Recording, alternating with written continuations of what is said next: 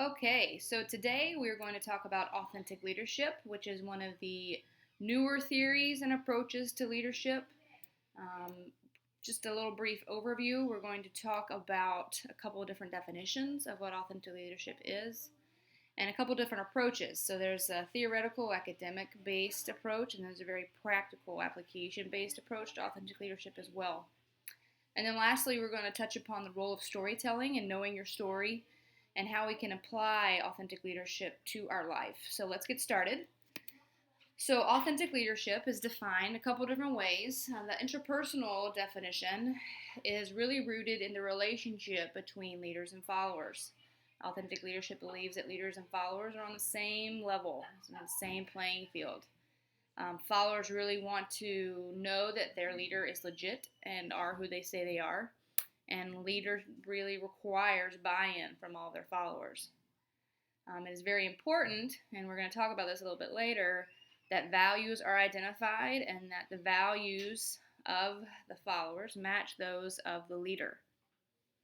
Developmental definition, and this is more from a theoretical standpoint, is good news, is that leadership can be nurtured and develops over a lifetime. It's not the type of leadership that's believed to just be innate. You're not born with it, so to say. It can be triggered by major life events, and we're going to talk about that in our storytelling. And leadership behavior is grounded in positive psychological qualities, such like as hope. All right. So the big, long, drawn-out definition, and you can read this yourselves, and we're going to go into the four components in the next slide. But we're talking right here about self-awareness. An internalized moral perspective, you're going to hear terms like moral and ethical and genuine, things like that when we're talking about authentic leadership. Balance processing and relational transparency. So back to that whole leader-follower dynamic. So from that definition, here's the basic model. We talked about the four components, but self-awareness, and whether you're talking about the theoretical definition or the practical definition, or the practical approach, self-awareness is at the core of both. So self-awareness is the starting point when it comes to authentic leadership. When you have self-awareness, you're spending time reflecting on the things that you do and why do we do them, why do I do that. It's the ability to take a step back and really evaluate those things. And then, do you have enough sense of self that you can trust the decisions that you're making and that they're coming from the right place?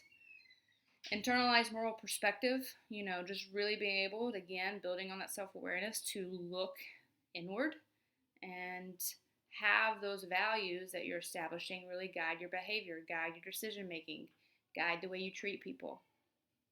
And balanced processing, are you making a decision based on the right information? Do you have all of the information? So as you go through the process, are you taking everything into consideration? And then relational transparency, just being that open and honest self and bringing all of yourself, your true self, to every situation.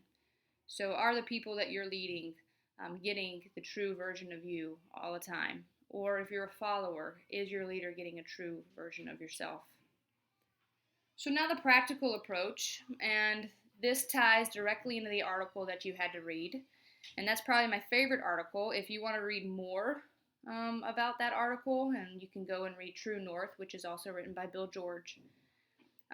Robert Terry, and we're not going to go into this because it's not a leadership theory class, but Robert Terry kind of got the ball rolling on the practical models of authentic leadership, but today we're just going to talk about Bill George and his True North compass. So Bill George had the first model that was based on leaders' characteristics, and you can go and Google that and look at that if you'd like to. And then he came up with what he called the True North model, or True North compass. And George, as it said in the article, went and interviewed over 100 leaders. And from those interviews, these 5 areas is what really emerged from the conversations. So we've said already, self-awareness is first and foremost. If there's no self-awareness, then you're probably going to need to start all over again and really focus on just, developing the self-awareness within yourself. The next part is values, and a fun exercise I like to do is take 50 values, so 50 different words, and give yourself 5 minutes to narrow that down to 5 and put them in order of 1 through 5. It's a pretty challenging thing. You really got to decide what matters to you. But if you're an authentic leader and you have the self awareness, then you should be able to tell someone what your values are. What are the values that you live your life by? And then motivation. And what George says about motivation is there's two different types, there's extrinsic and intrinsic. So, an example of extrinsic is I'm going to work real hard so I get the award, or I'm going to work really hard so I get the raise. And an intrinsic motivation is more internal. So I'm going to do this for them because it's the right thing to do. All right, so those are distinguishing. And so what George says is that authentic leaders that he interviewed had a pretty good balance between the two. And, if it was a seesaw, would tip more towards the intrinsic motivation than extrinsic. And I think that makes sense to most of us when you think about someone who's authentic. Support team, it's one of the books I like to talk about when I talk about support team is Energy Bus by John Gordon. Who's on your bus? Who's driving your bus? Who are the people around you?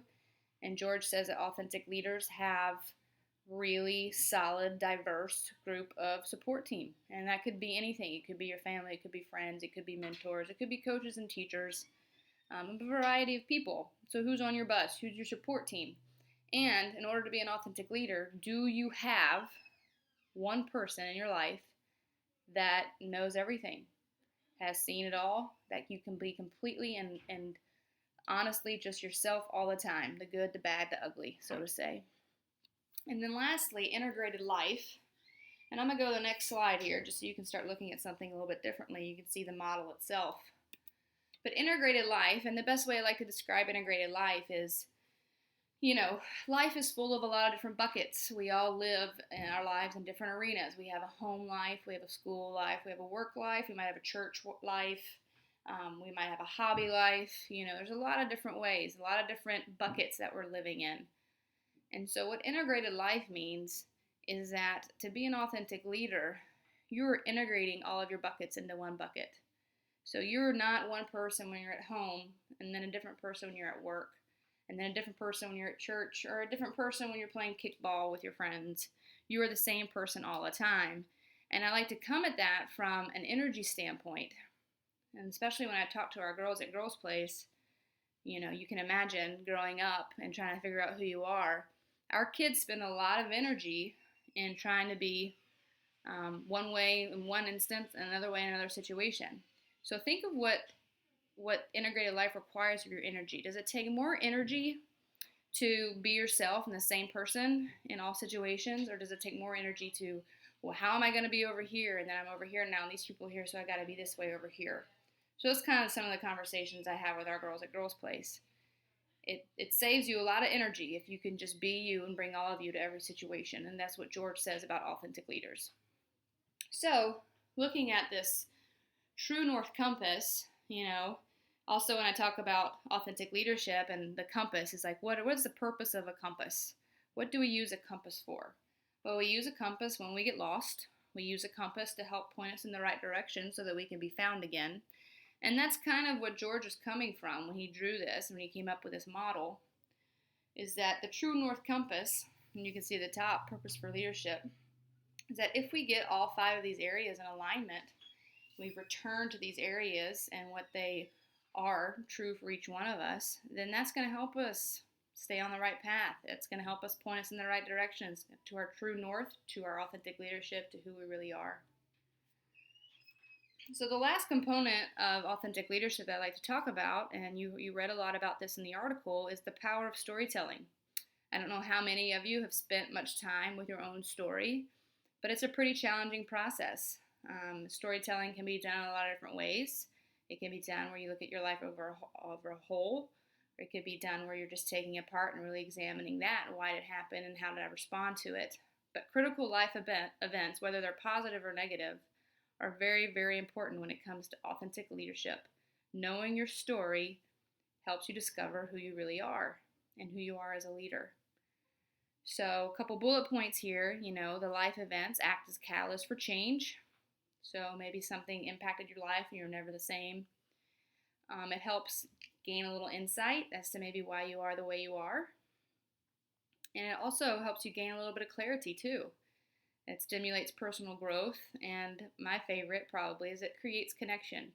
I've done storytelling with a lot of different groups, most recently with a group of head coaches at UNC Asheville. And my task was to work on their organizational health and the culture of the athletic department with these 11 head coaches and an athletic director. And we had story time, and I gave them a scenario that they had to share, and it was a turning point. People started connecting the dots. They either saw connection between each other that they didn't necessarily know about each other beforehand, or they saw a connection within the person that now I absolutely understand why she is the way she is, or how he got to where he is. So the power of storytelling is really, really true, and I encourage each of you to spend some time wrestling with your stories. Maybe write it down, maybe talk it out, or maybe just start the building blocks of it. You don't have to do it all at once. But knowing your story helps you become a better leader. So application, the good news is that each of us has the capacity to become an authentic leader. It is a lifelong learning process, and again, that goes back to knowing your story. Human resource departments or teams or anything like that may want to use authentic leadership, in your employees or in your team, with your players, with your staff, if you're a head coach one day. And leaders are always trying to do the right thing, to be honest with themselves and others, and to work for the common good. Again, going back to the team concepts, since we are talking about being coaches, but what is your vision? What are your values? What is your mission? Is everybody on board with that? Is everybody on board with the thing that's most important? You can talk about that from an authentic standpoint.